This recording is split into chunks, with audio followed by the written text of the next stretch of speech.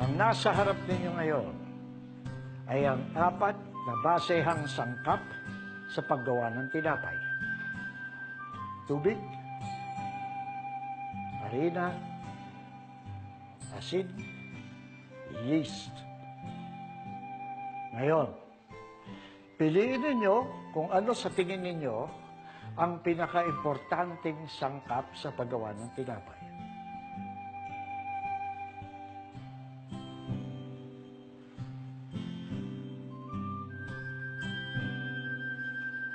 Magaling. Ngayon, pwede na nating umpisahan ng ikalawang yugto. Okay? Simulan mo. Nakakatuwang tinapay? Meron po ba nun? Meron. At yun ang gagawin niyo ngayon. At yung pinili ninyong, inakala ninyong pinakamahalagang sangkap sa paggawa ng tinapay, ay hindi ninyo pwedeng gamitin para magawa ang nakakatuwang tinapay. Ha? Hala, paano na yun? Pwede po ba yun? Kaya nga tinawag na nakakatuwang tinapay. At tulad ng unang pagsusulit, bibigyan ko kayo ng 15 araw para gawin ang nakakatuwang tinapay na yan. Pagbutihan mo.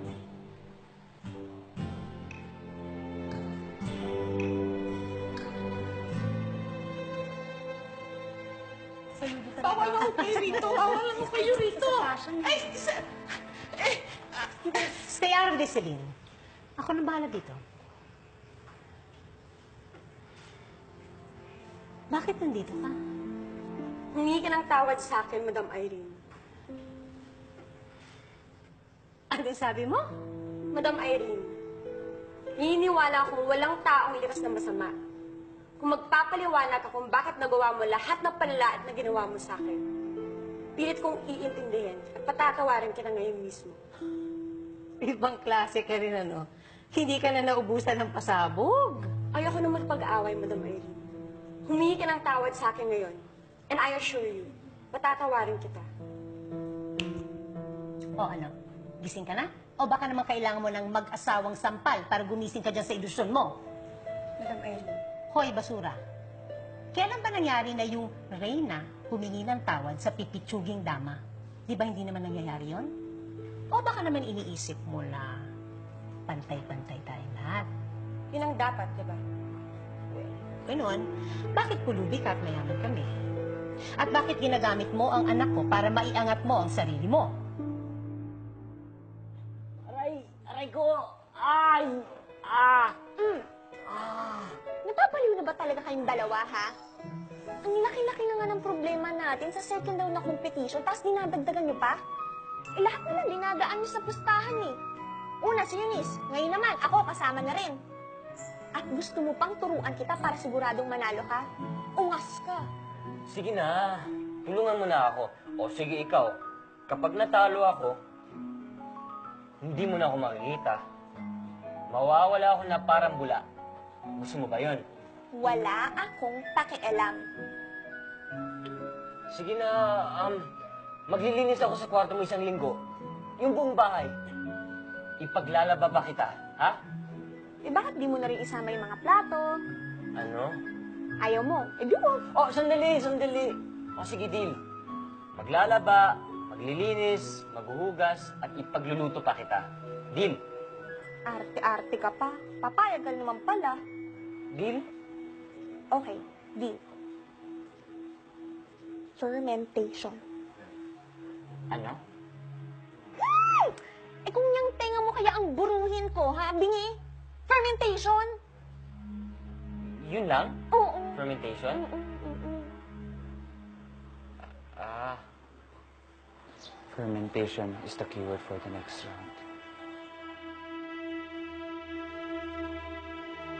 Iniisip mo ba na user? Ay, oo. Klarong-klaro namang gagamit ka. Kaya pwede ba lumayas ka na sa harapan ko, bumalik ka dun sa basura na pinagmulan mo?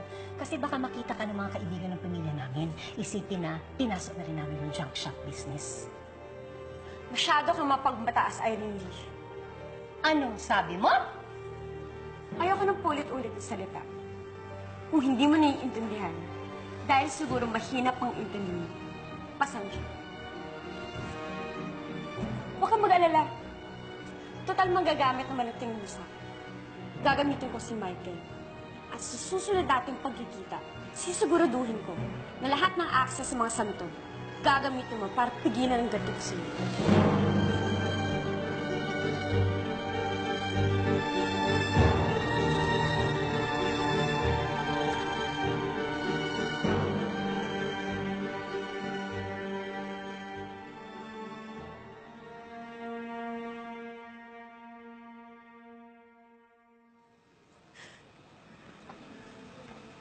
Bakit bigla ka tumawag?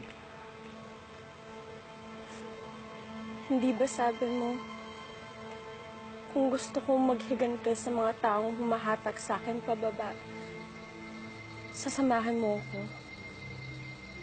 Yun pa rin ba yung desisyon mo?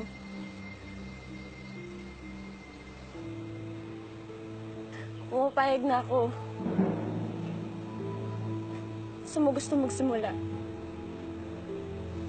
Sa simpleng halik? O aangkinin mo na yung katawan ko? Bakit ang bilis ng desisyon mo? Ano na naman ginawa ng umani ko sa'yo? Pinuntahan ko siya para makipag-ayos. Pero puro panalait yung ginawa niya sa akin. Masyadong matigas ang damdamin niya. Sagad hanggang langit ang galit niya sa akin. Well, the feeling is mutual now. Hindi ko siya kayang patawarin. Inususuklaman ko siya ng todo. Eunice.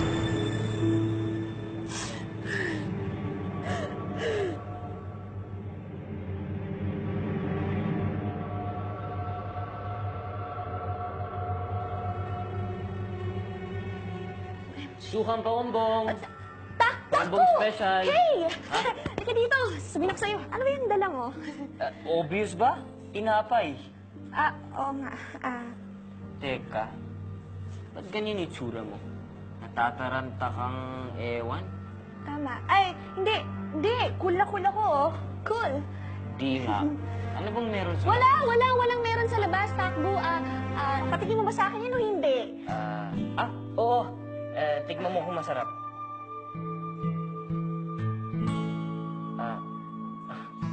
Gutom masyado o masarap lang talaga? Hindi masyado. Hindi masyadong masarap o hindi ka masyadong gutom? Palahas. Hindi. I mean, needs improvement. Sabi mo? Improvement. Ganun? Hindi pa rin masyadong masarap tinapay ko? Oy! Aray ko naman! Sabihin ako sa'yo. Talaga? Ano? Uy! Ano nangyayari sa'yo? Anong gusto mong sabihin? Gusto kong sabihin tungkol sa... Moving on!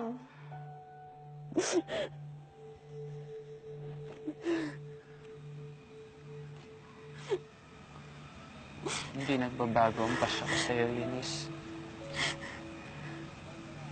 Kasama mo ko kahit sa laban mo. Mula ngayon,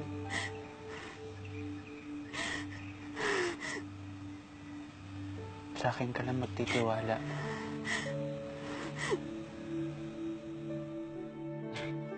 Moving on? Correct! Lalo na pagdating sa relationships.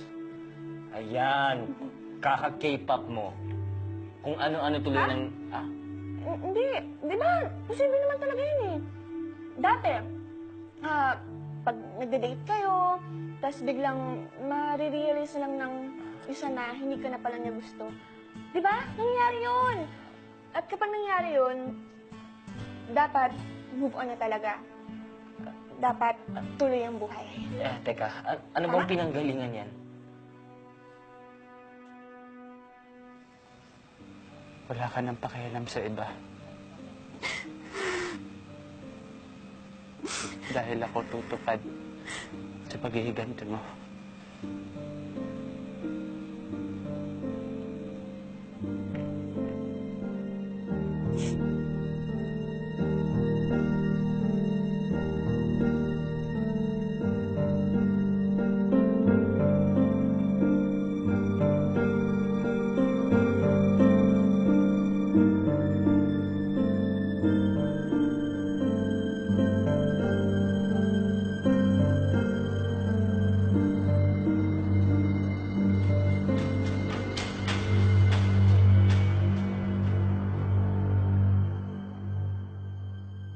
Uy, Sunshine.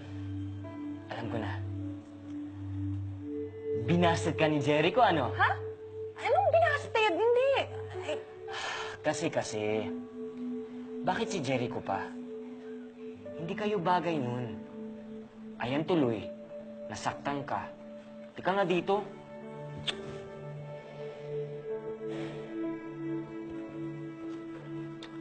Huwag ka nang malungkot, okay? Marami pa dyan lalaki para sa'yo. ha? Oo, maniwala ka man o hindi. Marami pa dyan. Akala mo, si Jericho lang ang true love mo, pero hindi.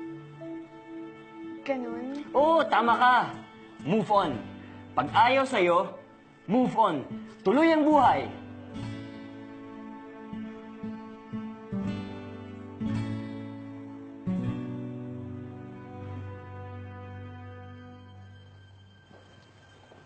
Mr. President.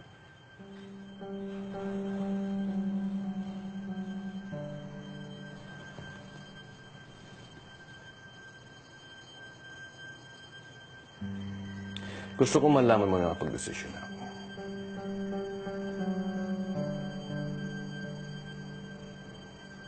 Gusto ko nang ilipat ang pamamalakad ng kumpanya. Kung ganon, ipapatawag ko na si Michael. Oo. Pero may isa pa akong gustong pumarito. Isa pang... sino? Huwag ka nang magmaang-maang, Brian. Alam mo kung sino tinutukoy ko. Ang isa ko pang anak na si Taco. Pero matagal na siyang... Na matagal mo nang alam kung nasaan pero hindi mo sinasabi sa akin.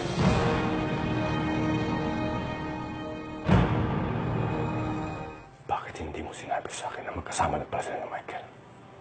Sa bakery ni Master Javier. Hindi ko alam kung paano mo nagawa sa akin to. 10 taon. 10 taon ko nang hinahanap ang anak kong si Taco. Pero inilihim mo siya sa akin. Hindi kita mapapatawad nito, Andrew. Mr. President, Bibigyan pa kita ng isang pagkakataon. Pero tandaan mo, aalamin ko lahat ng kilos mo. At kapag may ginawa kang hindi ko alam, kakalimutan